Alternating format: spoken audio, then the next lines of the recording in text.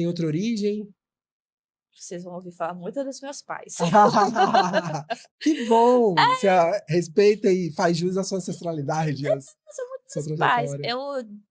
Eu cresci com meu pai dizendo uma coisa muito comum, assim, que até 2003, preto e pobre no Brasil não tinha dignidade. E eu convivi com isso, né? Ele fala bem assim, ó, minha filha, até 2003, a gente tinha pouquíssimas pessoas que trabalhavam, por exemplo, de carteira assinada, principalmente no campo, na zona rural. E aí, a gente não podia comprar as coisas. E fazer igual a minha mãe não só podia comprar, não era porque a gente não tinha dinheiro, é porque muitas vezes não tinha. Nem E tinha as coisas, nem né? tinha as coisas.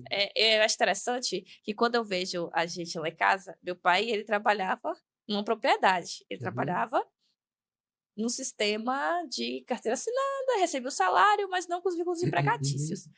E aí eu acho muito interessante, porque a gente recebia um ticket, né, do Aham. patrão Eu dele. lembro disso. E é Meus pais chegaram engraçado, a receber porque também. tinha o valor que ele podia comprar. É. E mesmo às vezes, por exemplo, meu pai trabalhava nessa propriedade, mas a minha mãe, a gente lá em casa, Uhum. trabalhava no campo. Então a gente sempre teve as coisas para comercializar. A gente trabalhou com maracujá por um tempo, então a gente comercializava. Uhum. Inclusive, foi assim que minha irmã mais do meio se tornou assistente social, Isso. né, aqui da cidade. Foi que a gente trabalhando na roça para pagar Uhum. mensalidade.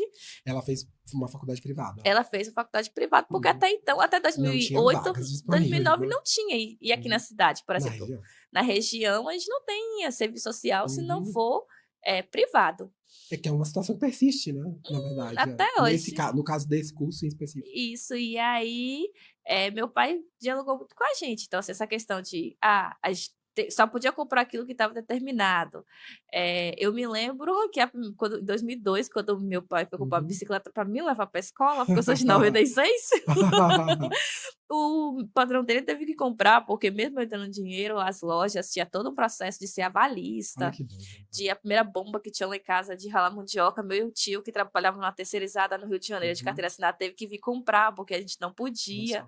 Isso que mobiliza, então, você, essa vivência familiar que mobiliza você a ir atuar nesses outros espaços. E aí meu pai vai dizer o seguinte, meu filho, ó, a gente tem que ter dignidade, a gente tem que pesar por isso. E aí, ainda em reflexo à questão familiar, pensar que a gente Uhum. precisa atuar no processo político, a minha mãe, ela, quando ela morou em Salvador, na década de 80, ela viu um determinado presidente, candidato a presidente, falar coisas de empregadas domésticas. E Olha aí só. eu cresci muito dizendo para assim, ó, a gente precisa dialogar a política para aqueles que são nossos, né? Nosso voto tem Uhum. que ser daquele que fala de nós. Então, quem é que defende os trabalhadores? Quem é que defende Uhum. as categorias de trabalho? Quem defende a classe trabalhadora, né? E aí, nesse meio tempo, eu comecei a conviver nos espaços políticos, aí fomos Uhum. no processo de filiação, e aí eu fui começar a discutir os partidos, e aí eu entendi muito cedo que aonde era a minha casa. Você se filia a uma corrente política a partir dessa percepção, então, né? Não é primeiro decido a corrente e depois vou entender do que se trata. É o contrário, você entende seu lugar no mundo, seus valores que você defende, e então você avalia quais são as correntes que estão postas e qual é a que mais se identifica. Essa é a seu encaminhamento, é assim? Esse foi o meu caminhamento. E é muito interessante, tem uma